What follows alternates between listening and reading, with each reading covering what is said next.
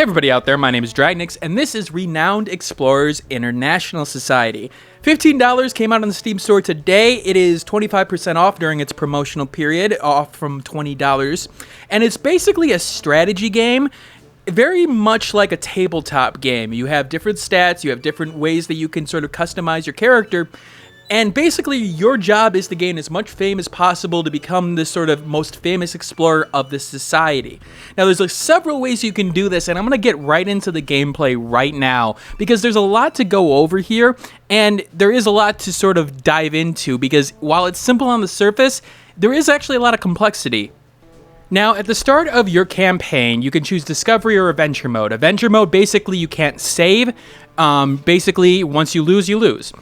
Now, at the start of campaign, you select a captain, and each captain has a specific perk that is specific to their sort of playstyle. For example, here, Harry Walker gains more gold from treasure hunts, while Dolores Garcia gains more status from collects and encounter tokens. Now, each of them have their own strengths, and each of them have their own recommended crew.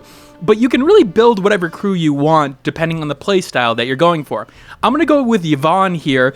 She's basically a balanced speaker, high speech, and good defenses. I'll get into more what all the statistics mean, but what I like early on here is that they give you a couple of captains, but you can unlock everybody by just completing expeditions with them. So basically you need to complete 1 or 2 expeditions to unlock them, or 4 in this case for Agatha, and you do that by just, well, playing the game. I like the fact that it's not complicated, it's straightforward in that case.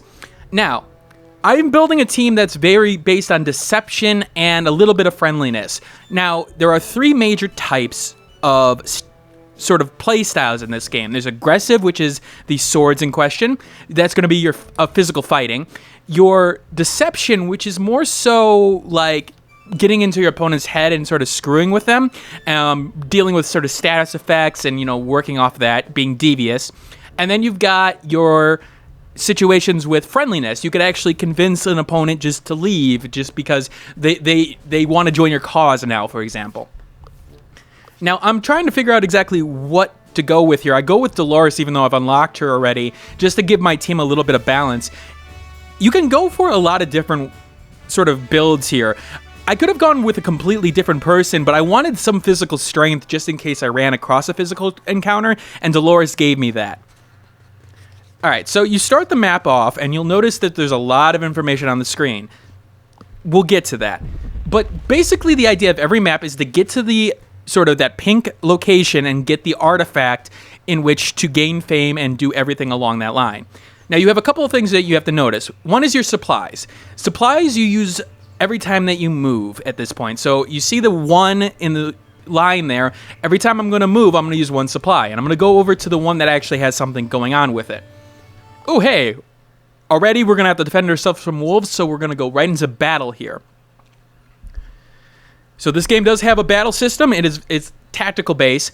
Now you'll notice something here immediately. So I've noticed the 3 different abilities here. You'll notice the tokens under them. If I complete a battle and I'm primarily devious, for example, I'll get that green token. If I'm aggressive, I'll get that red token. Now, again, as you saw with the bonuses from the start, that could mean completely different things from different characters. So you may want to be more aggressive with, like, Dolores, for example. Now, in battle, I have a choice of 3 abilities to start off with. A 4th one opponent goes down. Now, each ability has its own strengths, and each opponent has their own weaknesses. For example, there I went aggressive with Dolores and was able to knock out the wolf. That made the mood hostile. You see, there are moods that sort of affect the battlefield. Right now, it's hostile. That's, if the game was to end right now, this map, we would get the aggressive bonus. But while it's aggressive, my devious powers get a little bit of a boost. As you saw there with Yvonne, she got a little bit of a boost by using a devious attack. Same with Agatha here. And now Brown Wolf is terrified, completely out of there. And it switched the bar to provocative at this point. Now notice that it gives me a boost at that point as well to my grit. So there are reasons for you to use the different attacks, because even though there's a rock paper shotgun, that would be a publication, rock paper scissors mentality to the game, it's not always cut and dry, because again, you have to figure out what your opponent's weak against, but also what kind of bonus you're going for, as well as what kind of weaknesses you have as well, because moods and your emotions will affect the battlefield. All right, I beat that one, got a devious victory, so I got 2 aggressive tokens, 1 token there. I also gain a story here token, so I have 3 campaign tokens that will give me status, which is my sort of way to gain followers, as well as other conflict tokens. Now, not everything is a battle. So, for example, here I'm gonna go and look at this white stag. Observation and stories come from it, so I got some research and some stories from it. That's cool. Now, again, you're gonna play off of what exactly your party is more likely to do in terms of, am I a researcher? There we go. Now, you see the forest cliff here. You notice that I got some blue text. That's because one of my characters have an ability that was able to sort of pass a check. I was able to climb the cliff here because of Dolores' athletic ability, and she found a treasure at this point. An ammonite fossil. Ammonite, yeah. I purposefully said ammonite there because that looks like an ammonite. So we gained some more study. Now, the bonus for my primary character is study-based, so I'm really gonna want to do a lot with, research, but I'm gonna want to get some others as well because they're going to help me in other ways. Now I'm gonna skip over this battle here because it's pretty much the same as the first at this point, the same wolves and everything, but I did gain experience. Now, experience, you either choose one perk or another. So for example, I've got an athlete and a quick thinker here. I can either go quick thinker, which will upgrade my speech and my grit stats, or I could have gone the aggressive one where it would have increased my attack stats. There are 6 main stats in the game. There is speech power and speech defense, which is the equivalent of magic defense and magic attack in most games. You got your physical attack and physical defense. You have your movement, which number of spaces you can move, as well as your grit, which is your evade percentage, basically. Now, each character, of course, has their own bonuses, and you do want sort of a balanced team, or at least you want a sided team, but not too one-sided, because you will run into situations where you have to be aggressive, or you have to be speech portion, as you'll see later on. Sometimes you get random bonuses like this here, for example. So Agatha gained a biology perk because of the place that I went to. Now, one of the early things in this game is that even though you're doing a lot of the same thing in terms of searching for things and things like that, there is a lot of variety. Now, at the start, you have the same map, but you have a lot of different events that have happened, and they haven't really played out the same in the 4 or 5 campaigns that I've been on so far. So there's a lot of variety early on here. I gained a helper, which I will get to later on with an entourage. The game's got its explorer theme down. There are a lot of different elements to it in terms of an entourage, your fame, your research, your tools, your party. I mean, it feels like you are going on an adventure, and the story that's created is very interesting in terms of sort of the uniqueness of how you react to situations. Now, another explorer got to this place first. He took the stuff, but he left one of his sort of lackeys to deal with me. And what's interesting is that it's going to give me a bonus specifically for dealing with him in a certain way. If I deal with him friendly, he's not going to be very impressed by me. But if I beat him deviously, he's going to be impressed and may give me a bonus as well. And so the game, even though there's a rock, paper, scissors to it, there is a risk and reward mechanic. Trying to face a devious versus a devious seems like a fair fight. But if you were to ask me to go, let's say, friendly, for me, devious is my main stat. Friendly is not. And in particular, if I were to go aggressive, because of you see in the right-hand side there, the sort of rock, paper, scissors mechanic, it would put me at a disadvantage if I were to go aggressive because devious does well against it, and this guy is devious in terms of his attack style. So you have to sort of deal with the risk reward. Do I go for the bonus or do I play it safe? Do I play aggressive, even though that would be probably the stupidest mechanic right now in terms of this fight? But you have to sort of weigh your options, and I really like that about the game early on. Now, in terms of your abilities and the different ideas here, one of the things that is cool about the game is the emotion system. Each person starts off a fight pretty much the same. They're neutral, but there are different stats that sort of affect how you go about things. As you saw there, I've got one person that's confident, that's going to raise their attack power and speech power in particular. But I've also got somebody who's sort of starstruck. Speeches against that character are going to do a lot better at this point. So you have to sort of weigh the options. Okay, my character is now vulnerable to speech. Do I put them in a situation where they're sort of, taken damage from speech over and over again, or do I go more aggressive, or do I try to take away the emotions at this point? Now, that's where the complexity of the game comes in, and that's where the game sort of shines.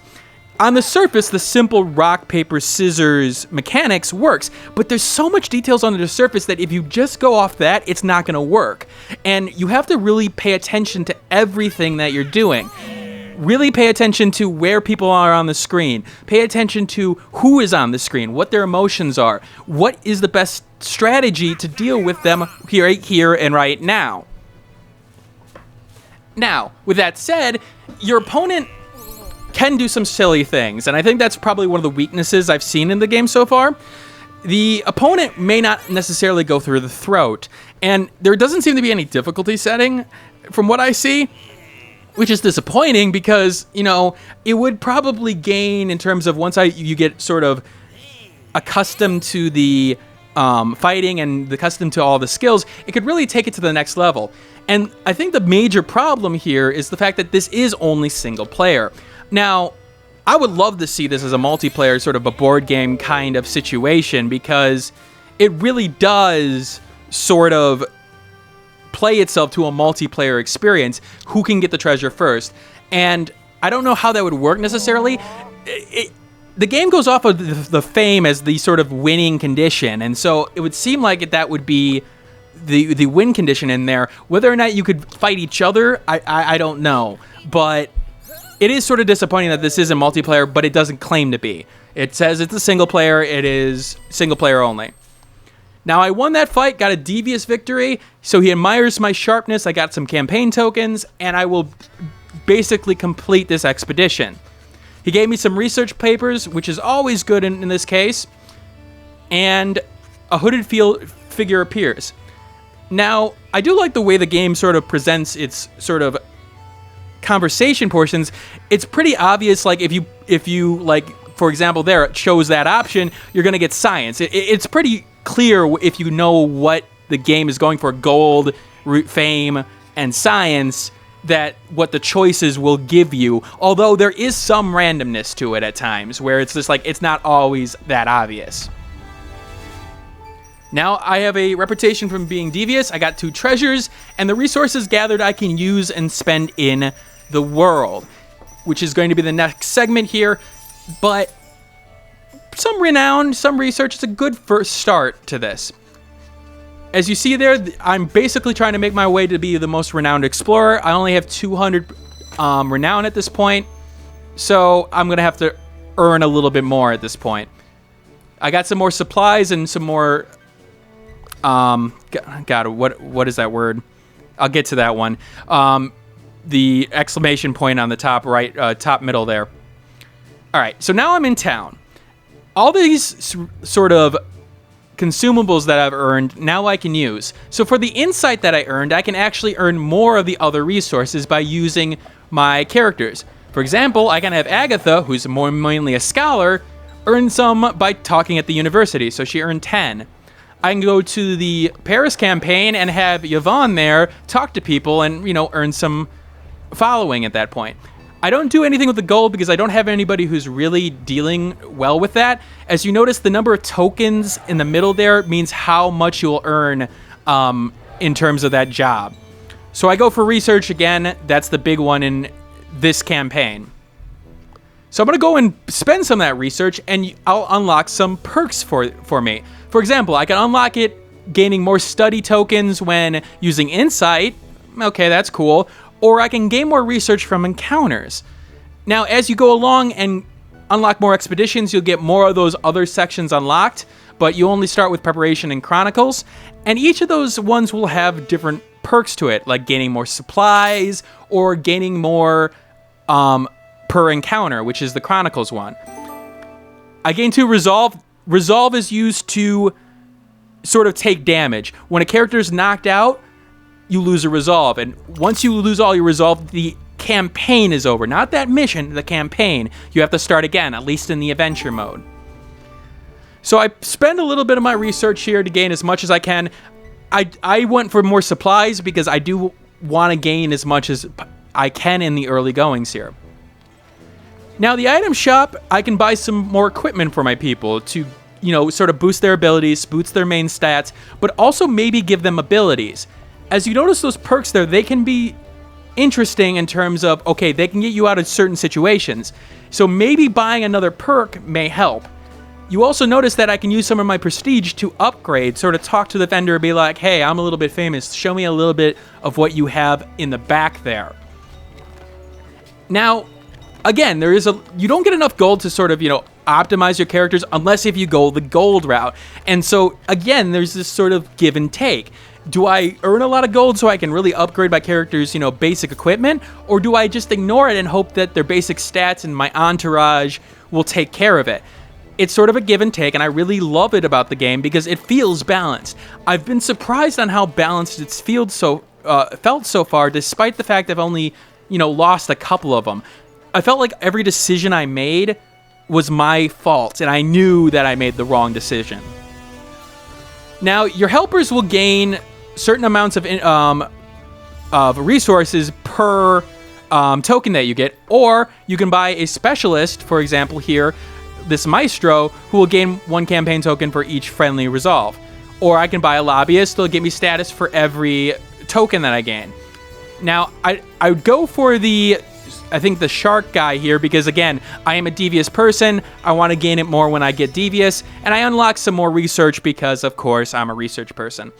Now, every avenue is great in terms of the capabilities that you have. There is not one that's weaker to the other in terms of, like, going into a certain balanced fight. Now, certain missions are obviously balanced towards a certain person who has a certain set of abilities, but they sort of set you that up front. They don't, have you go into it blind. They basically say, you need archaeology. You don't have archaeology, you probably shouldn't go here. Now, let's talk a little bit about the look. I was a little bit disappointed with sort of the text and sort of the character uniqueness. One of the things I loved about the trailer of this game was the character uniqueness in the trailer, like the voice acting, the, sort of the pizzazz that the game had. And that's what actually drove me to it. And I'm actually disappointed that it doesn't have that necessarily in game. I did wonder at the time, did it necessarily make sense for it to transfer like that? And obviously it did not. My final thoughts on the game basically revolve around the fact that if you are sort of a strategy player, and in particular you are accustomed to sort of board games or tabletop experiences, this game is pretty much what you would want out of a single player experience. Again, I'm sort of disappointed without the multiplayer because I feel like, unlike some other games of this genre, I feel like this game could definitely transfer into a multiplayer experience. And while it's simple, again, what I've mentioned is the fact that it's simple but complex. Very simple to learn, hard to master, and gets harder as it goes along. You really have to pay attention to everything that's going on. If you don't pay attention, you are going to get hurt. And using your moods and your emotions to the best of your ability really will feel powerful after the first couple hours when you're like, okay, I've really taken advantage of everything going on here. Lots of different play styles, a good amount of variety, while keeping the same, means that this game is going to be a recommendation for me. I don't see a lot that I can really sort of fault the game for in terms of, its sort of mechanics. I think the mechanics work well. It can be a little bit complicated after a while, and some of the UI portions, I wish there were some better tips in terms of some tutorials and things like that. But overall, I would give this game a look if you love those board game experiences. All right, this is Dragnix signing out. Again, I always take feedback, so if you have any comments, questions, concerns, please leave them in the comment section below. Again, I'll put my Steam review in the description. Again, if you like the review and what I saw from the game, give that a thumbs up. That helps give the review a little bit more exposure and, makes it a little bit easier on me. All right, I will see you all later. Hey everybody, thanks for watching. If you like this content and want to see more of it, you may want to hit that subscribe button on the left-hand side. If you like this video and want to see more of this content, take a look at this video on the left-hand side as well. And if you've missed my last video, take a look at the right-hand side. Once again, thanks for watching, and keep on gaming.